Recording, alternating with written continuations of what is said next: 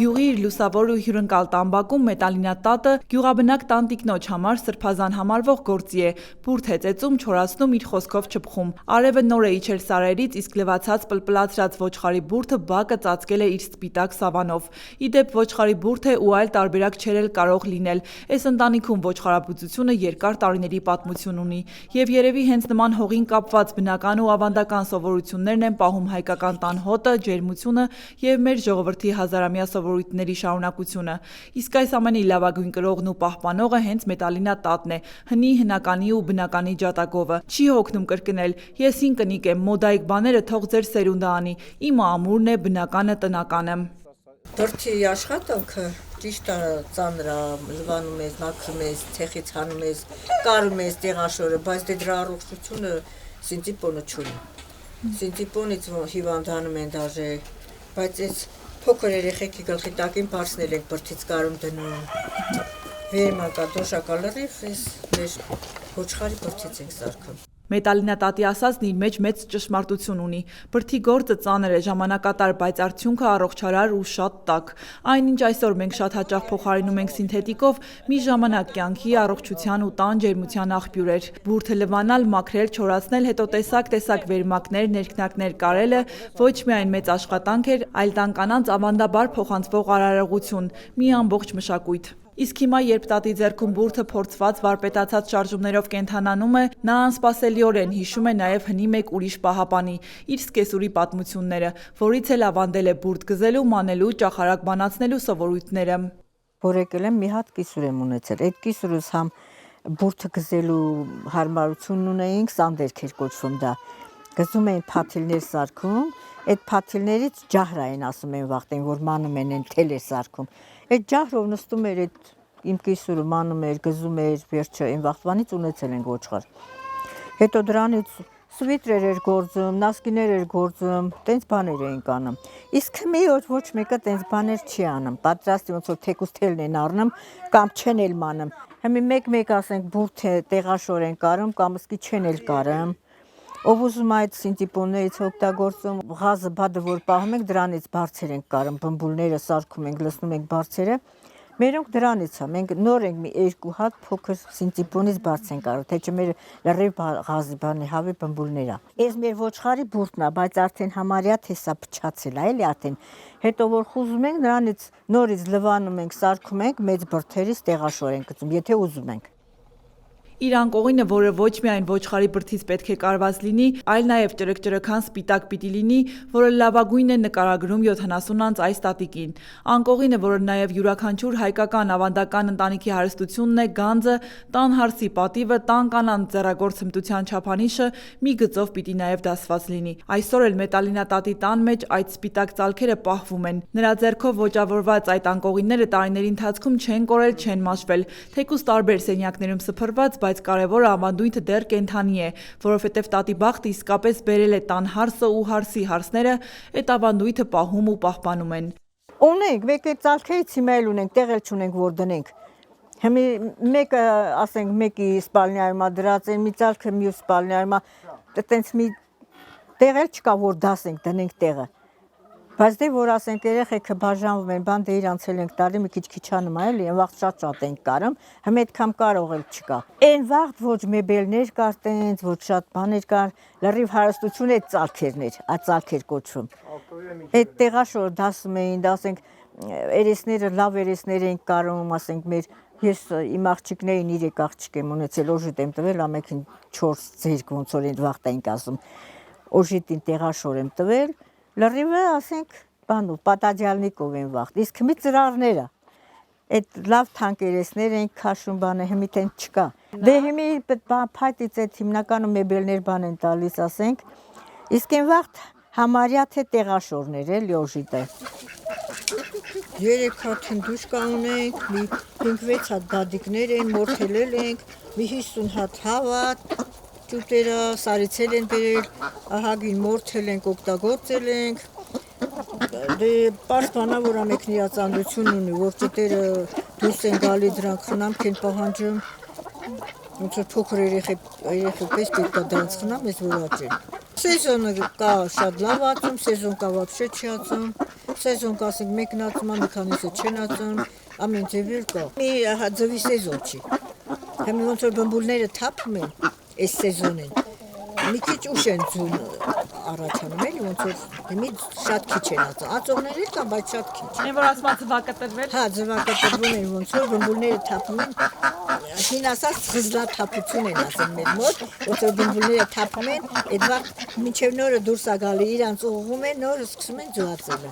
Իսկ գյուղական կյանքը, կենցաղը ու հատկապես մետալինատատի կյանքը մի գործով չի սահմանափակվում։ Առավոտը սկսվում է բրդով, բայց օրը շարունակվում է բակով, թռչուններով, տնտեսությամբ։ Մի կերպ է տոտիկ անում, բայց թռչուններին իր խոսքով բրախողը չի։ Միայն թե ասում է, այս անպետքները ձվակտրվել են, ամբողջ օրը մենակ կուտ են ուտում ու սրտահանանում։ Տվասներն էլ մի բան չի։ Բայց դե էլ ինչ գյուղական տնտեսություն առանց հավ ու ջվի։ Եթե ոչ մի եկամուտ չտան էլ, գոնե իրենք տնական մսամթերք կուտեն։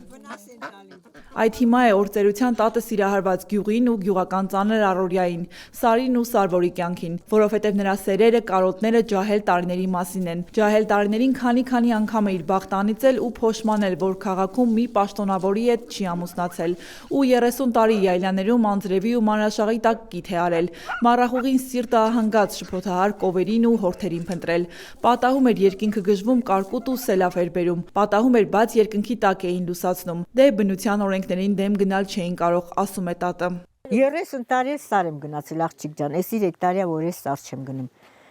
Մշակել ենք ձերքի մեքենայով եմ շատ այդքան բոլոր կաթը ուրիշից էլ ենք կովտարել, լրիվ ձերքով մշակել եմ, յուղապաներ, աջիլ ամեն ինչ արել ենք, բերել ենք։ Իսկ հիմի ասենք դվիժոկ են տանում, սեպարատոր են տանում, այն վաղ ձերքեր։ Հետո այդ բոլոր կաթը մշակում էինք, իսկ հիմի հանձնում են պետությանը։ Կաթը հանձնում են, իրանց տներն են գալի, իրանց աշխատանքին, այն վաղ լրիվ ընտանիքով, երեխեքով, ասենք, ժողովուրդը շատ էր ընդեղ էլի հավես կար։ Այն ժամանակ ես պալատկի մեջ եմ մնացել, թուրտ էնում քամին, մի անգամ բանի թորնիկից հետ էի, մի որ բաժանվել աս գյուղում ապրում, բայց բաժանվել է։ Նրա հետ ենք գիշերը մնացել, քամինը սկսվեց գիշերը, ամենքս մի կողմից կախվել ենք այդ պալատկից, որ չտանի։ Հետո մեկ էլ տեղանք այդ պալատկի մեջտեղի բանը փլվեց վրներից։ Այդ ոնց որ փուլ եկավ էլի, գյուղական ասած։ Ինչի միջով ասես, որ չի անցել տատը, բայց պատվով է հաղթահարել կյանքից իրեն բաժին հասած փորձությունները։ Ընդամենը 10 տարի ապրեց ամուսնու հետ, հետո 4 երեխաների հետ անբախտ նստեց։ Ամուսինը ծանր հիվանդության զոհ դարձավ։ Ինքն էլ դե այլ տարբերակ չուներ, պիտի երեխաներին իրենց նպատակներին հասցներ։ Այնպես որ սկեսուրին պինդ բռնեց, սկեսուրն էլ իրեն թև թիկունք եղավ ու դառը քրտինք թափելով ապրեցին իրենց ապրելիքը։ Մի օր լավ, մի օր վատ, մի օր լի փորձություններով, դժբախտ պատահարներով, բայց կարևորը ապրեցին, ասում է զրուցակիցս։ Ամուսինը այս 50 տարիա մահացել աղջիկ ջան։ Գուրախիկի օպերացիայից մահացել է, ես փոքր 4 երեխա եմ ունեցել, 3 աղջիկ մի տղա։ Պահել եմ, մեծացրել եմ, ոնց կարացել եմ, բայց դե տենց որ ասեմ շատ վատել եմ պահել։ Կարացել ենք էլի կեսուրից հետ ոնց որ մեր երեխեքին պահել ենք, մեծացրել ենք։ Ամենքին իրանց չեմ կարացել մեծ ուսումի տան, բայց տեխնիկումներ են ավարտել, տենց իմ ուժի պատածով էլի սաղին ամենքին մի բան սովորացրել եմ, ինչ կարացել եմ, ես ձել եմ նստել գնացել աղջիկ ջան։ Հետո մի անգամ էլ ջուր ծնգել եմ։ Բա ո՞նց էիր քշում ձեզ։ Այստեղ տղես նստացնում էր, այնտեղ մերձին տանում էր սարի դռանը կանգնացնում էր ինձ, քշում էի գնում, ես անտառի մեջով։ Գնում եմ, բայց վախելով էի գնում էլի։ Գնում եմ այնտեղ բան կար, պարիսպներ չոց, փայտից պարիսպներ էր, վրան կանգնում էի, իջնում էի,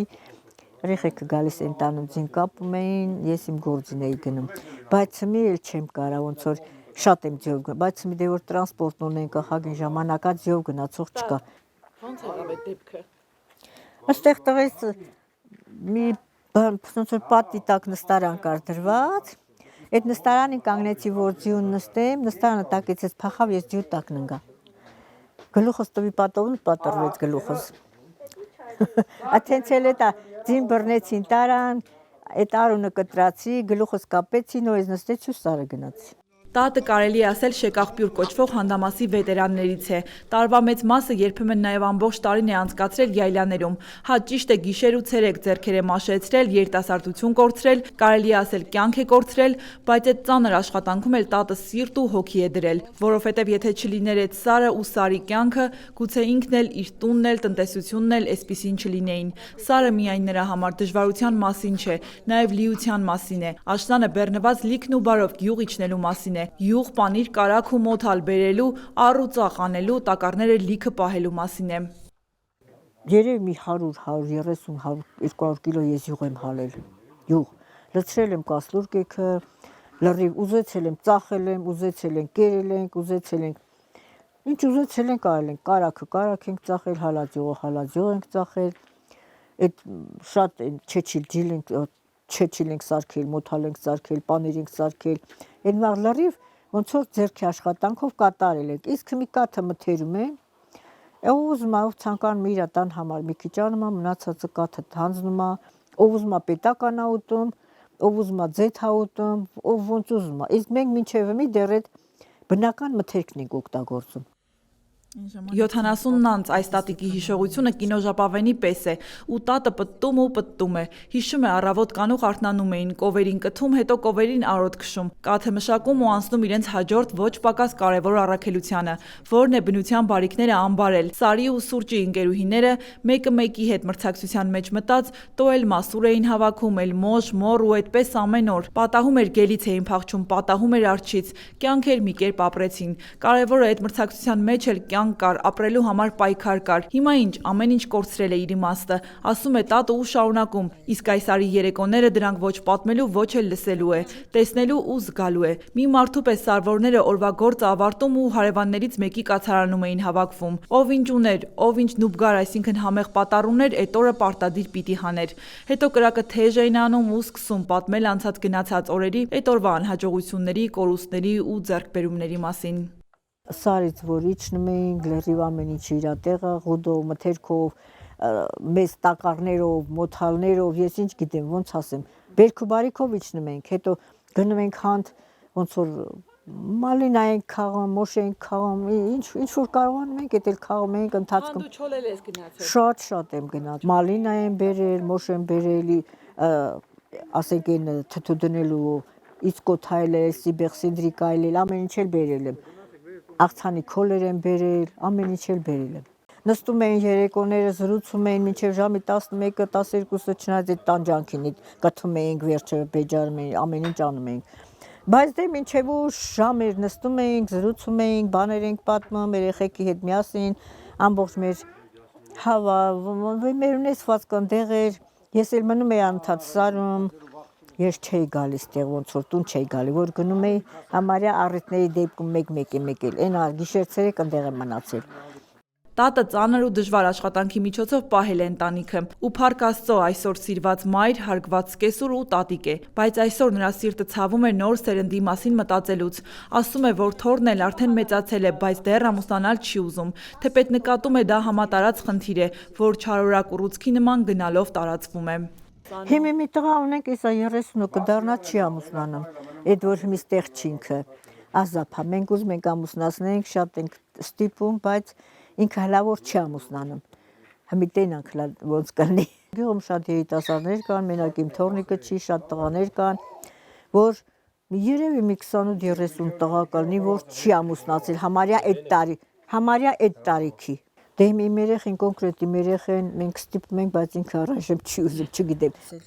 Հիմա տատը օրծերության շատ բան կյանքից ու իր բաժին բախտից չի ուզում։ Հանգիստ ու խաղաղ կյանք է ուզում, մեկ էլ թոռան համար մի լավ իր խոսքով կատնակ էր, անող ըլնող հարսնացու է ուզում։ Վերջում էլ մեծ ճանապարհ գցելուց առաջ ավելացնում. Մետալինա տատի թոռան համար փնտրվում է հարսնացու։